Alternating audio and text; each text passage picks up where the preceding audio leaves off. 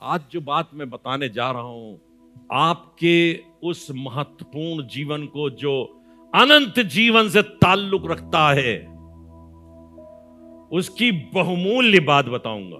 यशायाह नबी की पुस्तक, उसका 55वां अध्याय, उसके पहले पद को बहुत अच्छी तरीके से हम जानते हैं और कई बार पढ़ा है। 55वें अध्याय के पहले पद से लेकर 7वें पद तक ध्यान देके सुनिएगा, क्योंकि इस पर ही आधारित हमारा अनंत जीवन है। दुनिया में आप कुछ भी बन जाएं, हम कुछ भी बन जाएं, लेकिन परमेश्वर जो राज्य स्थापित करने जा रहा है, उसमें हम जीरो जीरो और जीरो हैं। 55वां अध्याय पहले पद से लेकर 7वें पद तक गौर करेंगे। और मैंने शुरुआत में लिखा, open invitation to all. Open invitation to, सबके लिए निमंत्रण है। निमंत्रण सबके लिए है, लेकिन कौन उसको स्वीकार करता है यीशु मसीह में होकर, वो पहले पद से लेकर 7वें पद तक लिखा हुआ है। और अगर आप पहले से 7वें तक में अपने आप को कमजोर पा रहे हैं, तो समझ लीजिए मैंने फिर कह दिया आपसे, जहन्नम तैयार है। ये मैंने लिखा है, जो कोई पहली वर्ष के निमंत्रण को स्वीकार करने और वर्ष 2 से लेकर 7 की 10 आज्ञाओं का पालन करने से इनकार करता है, वो अपनी आत्मा खो देगा, कई आत्मा खो देगा, और अनंत काल तक जीवित ना रहकर मर जाएगा। अनंत काल का जीवन हम सोच रहे हैं ना, अनंत काल का जीवन ना जीकर मर जाएगा। पहले पद में क्या लिखा हुआ है?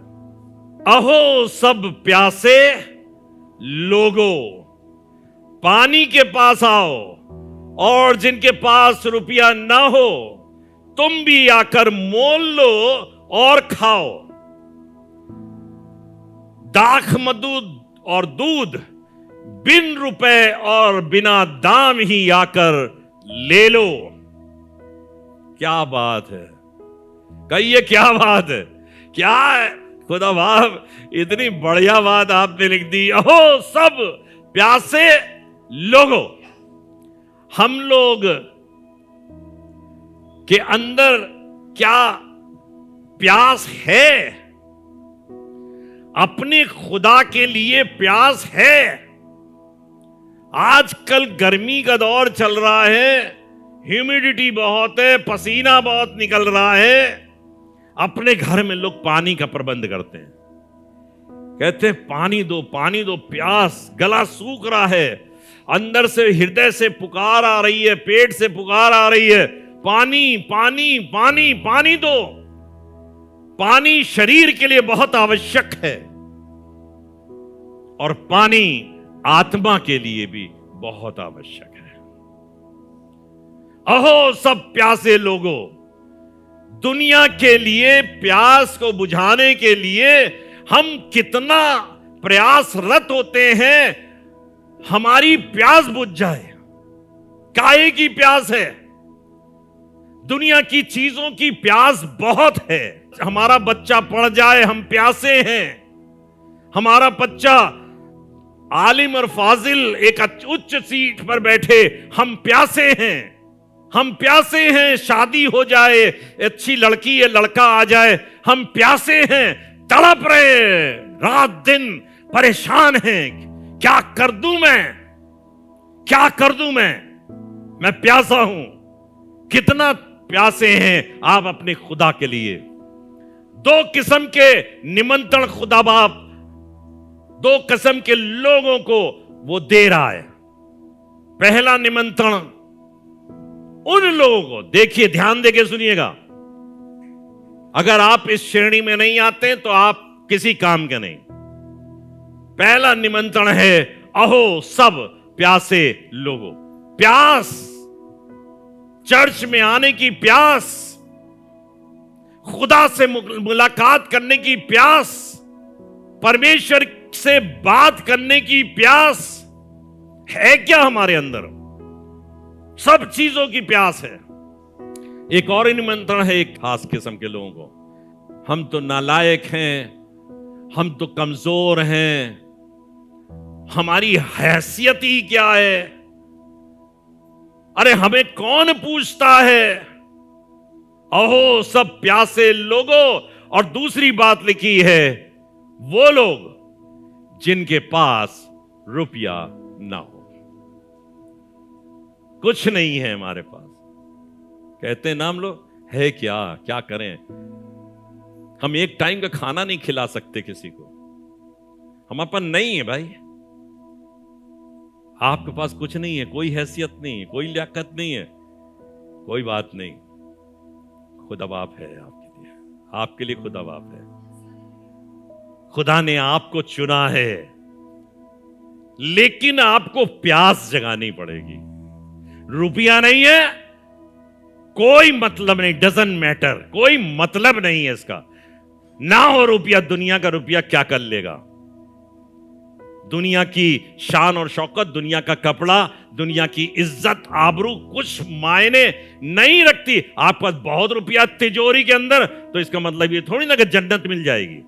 आप बहुत अच्छे कपड़े पहनते हैं, इसका मतलब ये थोड़ी ना कि जन्नत मिल जाएगी, खुदा के पास पहुंच जाएंगे। आप बहुत अच्छे खानदान, मसीही खानदान से ताल्लुक रखते हैं, तो मतलब थोड़ी ना जन्नत मिल जाएगी। जन्नत मिलने का या खुदा के पास जाने का, खुदा के राज में शामिल होने के लिए प्यासा होना जरूरी है। पैसा नहीं है, कोई मतलब नहीं। तो दो किस्म के लोगों से परमेश्वर बातचीत कर रहा है। कह रहा प्यासे हो और जिनके पास कुछ नहीं, कोई हैसियत नहीं। कहां बुला रहा है? प्यासे लोगों और जिनके पास रुपया ना हो। कहां कहां कहां हो? पानी के पास। सब प्यासे लोग कहां आओ? पानी के पास आओ। लोग पता नहीं कहां कहां भागे जा रहे हैं। प्यासे हैं, कहां भाग रहे भाई? पानी के पास नहीं, दारू के पास भाग जाओ, शराब पीने के लिए भाग जाओ, कहीं और भाग जाओ। आपकी जिंदगी का सरचश्मा खुदावन यीशु मसीह है। जब खुदा साथ साथ इजरायलियों के चल रहा था, यूं समझ लीजिए उनकी प्यास बुझाने वाला सोता उनके साथ साथ चल रहा था। लोग सिर्फ खुदा के पास आ गए, खुदा के पास आ गए। खुदा ने कहा, जब उससे कहा गया मेरे लोग प्यासे हैं, कैसे पानी की प्यास बुझेगी? उसने कहा मैं इस चट्टान पे खड़ा हो रहा हूं, इस चट्टान को तुम मारना और देख वो पानी देगी। कहां जाओ? यीशु के पास आ जाओ। आप प्यासे हो, भूखे हो, तड़प रहे हो, कोई कमी घटी आपके जीवन के अंदर हो, कोई जिंदगी की किसी आवश्यकता के अंदर हो, खुदावन यीशु मसीह के पास आइए। अहो सब प्यास है। पहली तो प्यास होना जरूरी है। आपके अंदर प्यास ही नहीं है, धक्का दे देकर कोई काम करवाने से कोई फायदा नहीं मिलेगा। आप कहते रहिए किसी बच्चे को बाइबल पढ़ो, बाइबल पढ़ो, बाइबल पढ़ो, नहीं पढ़ते, प्यास ही नहीं है। गाना गाओ, धक्का दे रहे, गाने की प्यास ही नहीं है। काहे की प्यास है? दुनिया की चीजों की प्यास है। आजकल तो टेक्नोलॉजी इतनी बढ़ी है, उसकी प्यास है। तमाम चीजों की प्यास है, लेकिन खुदा की चाहत की प्यास नहीं है। अगर खुदा की चाहत की प्यास होगी, हमारी जुबान उसकी नगमा परदाजी से भरी रहेगी। जब हम उठेंगे, बैठेंगे, चलेंगे, जिस चीज की प्यास होगी वो आपकी जुबान से बाहर आएगी। कई बार आपको कहना पड़ेगा बस करो यार, दुनिया भर की बात कर रहे हो हमसे। परमेश्वर को जानो, परमेश्वर के पीछे चलो। तुम्हारे पास परमेश्वर के पास और उसकी स्तुति प्रशंसा का समय नहीं है, बाकी चीजों का पूरा समय है। अहो सब प्यासे लोगों, पानी के पास आओ, और जिनके पास रुपया ना हो मत कहिएगा हम बहुत दुबले हैं, बहुत मोटे हो गए, बहुत असहाय हैं, पैरों में दम नहीं है, घुटनों में दम नहीं, टखनों में दम नहीं। यीशु है कि नहीं है? आपके पास यीशु है? अगर यीशु है तो कहिए मैं जोरावर हूं, मैं जोरावर हूं, मैं बलवान हूं, मैं धनी हूं। पानी के पास आओ, सोते के पास आओ। वो जो नदी, एक नदी है जिसकी नहरों से परमेश्वर के नगर को क्या मिलता है? आनंद मिलता है। एक नदी है जो बह रही है, खुदा बाप है, खुदा बाप के पास से नदी बह रही है और परमेश्वर के नगर को। और ये चीजें जब किसी के साथ वकू में आ जाती हैं, यानी असलियत में आ जाती हैं, प्रैक्टिकल शेप ले ली, तो हम कितनी तारीफ करें। ओ क्या बात है यार, लड़का तो बड़ा कामयाब निकल गया, ये तो कुछ भी नहीं था और कैसे हो गया, ये तारीफ का कारण बन जाता है। फिर भी हम अपने लोगों को कहते हैं बेटा कर लो ये। देखो खुदा बाप करेगा कि नहीं करेगा वो अलग बात है, लेकिन तुम कर लो ये। जब हमारी इच्छा ही नहीं होती है खुदा के लिए, तो खुदा भी इच्छुक नहीं रहेगा आपके लिए, खुदा भी इच्छुक नहीं रहेगा। अहो सब प्यासे लोगों, पानी के पास आओ, और जिसके पास रुपया ना हो तुम भी आकर मोल लो। पैसा है नहीं, मोल लो। क्यों? क्योंकि तुम्हारे दाम को खुदावंद यीशु मसीह ने चुका दिया है। मैं दे रहा हूं, मैं खड़ा हूं। मेरा बच्चा आए बगल में, बड़े इस कीमत कोई चीज खरीद ले, उसको बिल्कुल चिंता नहीं होनी चाहिए, क्योंकि उसका बाप उसके साइड में खड़ा हुआ है। पापा के पास खजाना है, अभी निकालेंगे मोबाइल और गूगल कर देंगे, पेमेंट कर देंगे। इतना विश्वास आपको अपने पिता के ऊपर है, तो आसमानी पिता पर हम कितना विश्वास करते हैं। अहो सब प्यासे लोगों, पानी के पास आओ, जिनके पास रुपया ना हो वो भी मोल ले और खाए। और तीसरी चीज है, क्या लो, क्या लो? अब दाग मधु तो पैसे से नहीं मिलता, दूध सब मार मिलावटी मिल रहा आजकल, खूब पाउडर ऑर्डर लगा के दे रहे हैं। दाग मधु और दूध लो, और क्या है, बिन रुपए और ही आकर ले लो, बिना रुपए बिना दाम चुकाए दाग मधु लो और दूध लो। खुदा है, उसने अपने बेशकीमत लहू को हमारे लिए बहाया है। लो, मैंने कीमत चुका दी बेटा, बिना दाम लो, कोई रुपया मत दो, because I have paid your debt. तुम्हारे कर्ज का भुगतान मैंने कर दिया है। I have paid it, already paid, सारा रुपया पे कर दिया। दाख मधु और दूध, पता है दूध किसे कहते हैं? दूध सिंप्लिसिटी को दर्शाता है, साधारणता, साधारण सा। कान लगाओ, और लोग पानी के लिए, उन्होंने कहा था पानी के पास आओ, तो पानी पता नहीं कहां ढूंढ रहे, शैतान के पास को पानी ढूंढने लगे। नहीं, वो कह रहा मेरे पास आओ। कहां आओ? मेरे पास आओ। 4 चीजें मैंने बताई आपको। मेरे पास आओ। कहां आओ? मेरे पास आओ, पानी के पास आओ, दाख मधु और दूध लेने के लिए पास आओ। अब मैं आपको बताने जा रहा हूं, पानी किस बात को दर्शाता है? जहां कहीं भी पानी खुदा के कलाम में दिखाया गया है, ये आपके उद्धार से ताल्लुक रखता है। बपतिस्मा जब आप लेते हैं तो ये किस बात का संकेत देते हैं? पुरानी जिंदगी छोड़ करके नई जिंदगी में प्रवेश करना, उद्धार, छुटकारा, प्योरिफिकेशन इसे कहते हैं, प्योरिफिकेशन। अब हम पुरानी बातें जाती रही, देखो सब की सब पानी, पानी दिखाता है प्योरिफिकेशन को, पानी दिखाता है उद्धार को, पानी दिखाता है आपकी फ्रूटफुलनेस को। जिस पौधे में पानी जाता है वो फ्रूटफुल होता है, उसमें फल पाए जाएंगे, उसमें कामयाबी होगी। पानी शांति को दिखाता है, शांति तृप्ति को दिखाता है, और पानी आत्मिक शक्ति को दिखाता, आत्मिक शक्ति।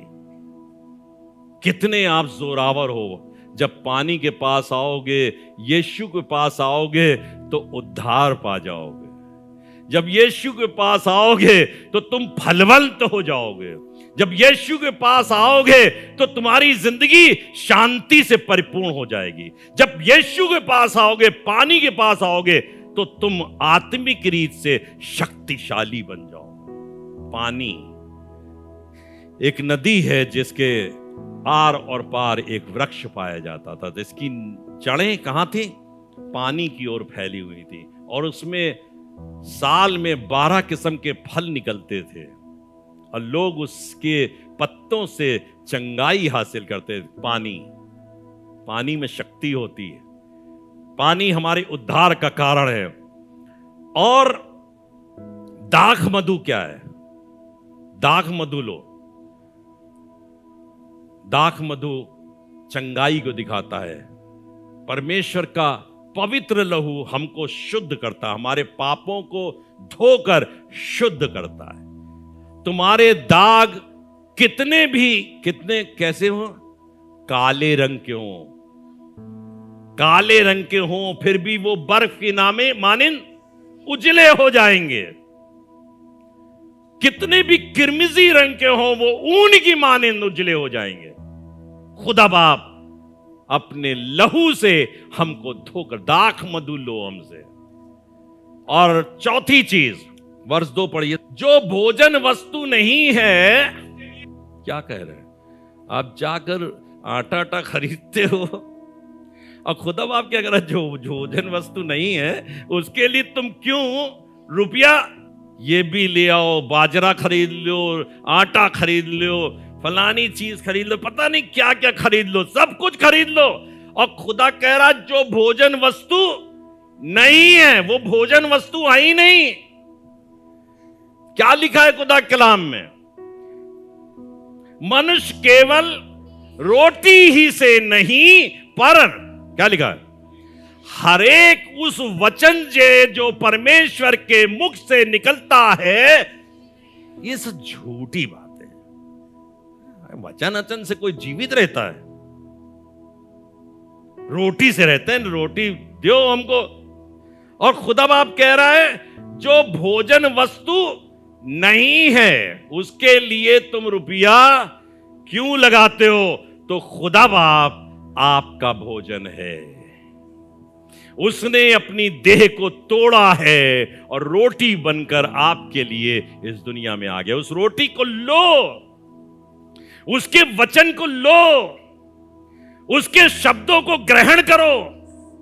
जब यीशु के वचनों को ग्रहण करोगे, वचन याद रखने पड़ते हैं, इसलिए कलाम को जहन में रखना पड़ता है, क्योंकि जब मौका आएगा तो कलाम नहीं आपके साथ होगा तो आप क्या खाओगे?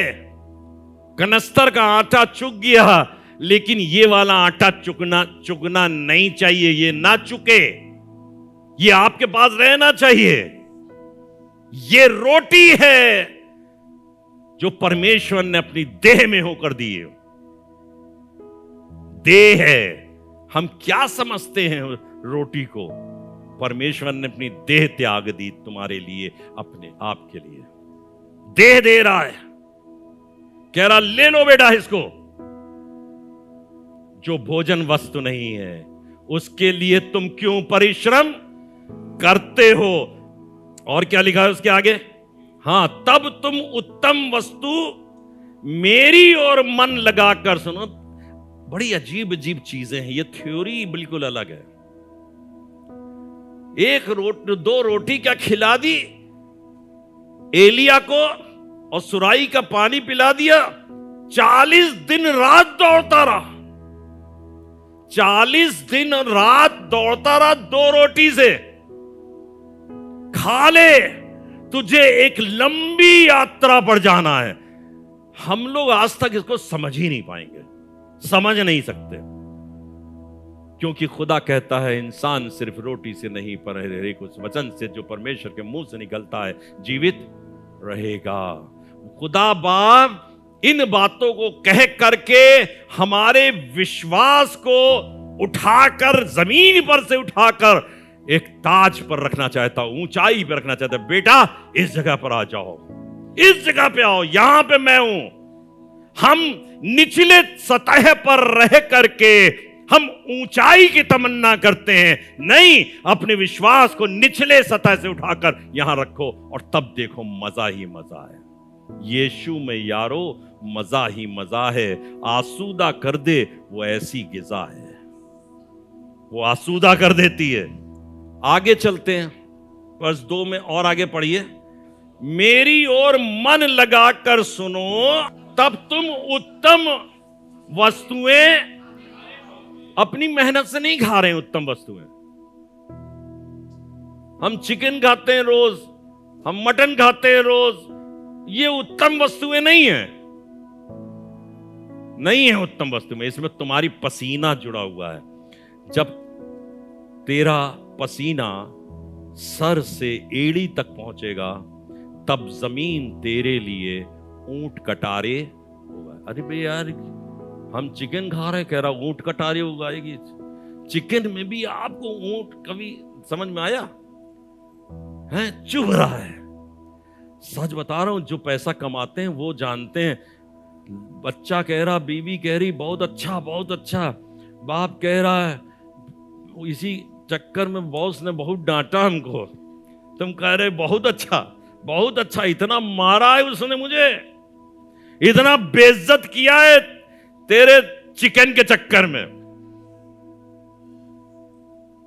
लिखा हुआ है मेरी ओर मन लगाकर सुनो तब तुम, अरे सिर्फ उसकी सुन लो, उसकी सुन लो, मेरी सुनो।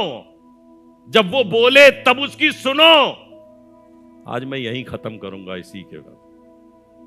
बोलना तो बहुत था मुझे, लेकिन बोलूंगा अगली बार। तुम संतुष्ट हो जाओगे। संतुष्टि नहीं है ना? किसके किसके जीवन में संतुष्टि आ गई बताइए?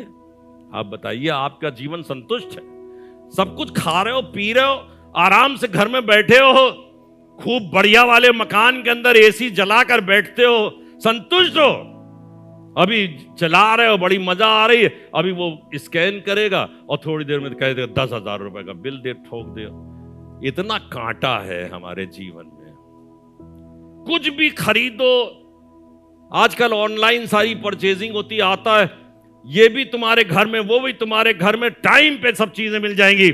जब जेब से रुपया निकलता है ना, तब समझ में आता है तरबूज तो बहुत मीठा है, लेकिन इसकी एक बड़ी कीमत अदा की गई है, एक बड़ी कीमत अदा की गई है। आपको बता रहा हूं, आप जो कुछ भी खाते हो उसकी कीमत अदा करते हो, लेकिन खुदा बाप कह रहा है चिकनी चिकनी, कैसी चिकनी चिकनी वस्तुएं खाकर खुदा बाप के पास आ जाओ। खुदा बाप चिकनाई देने वाला है।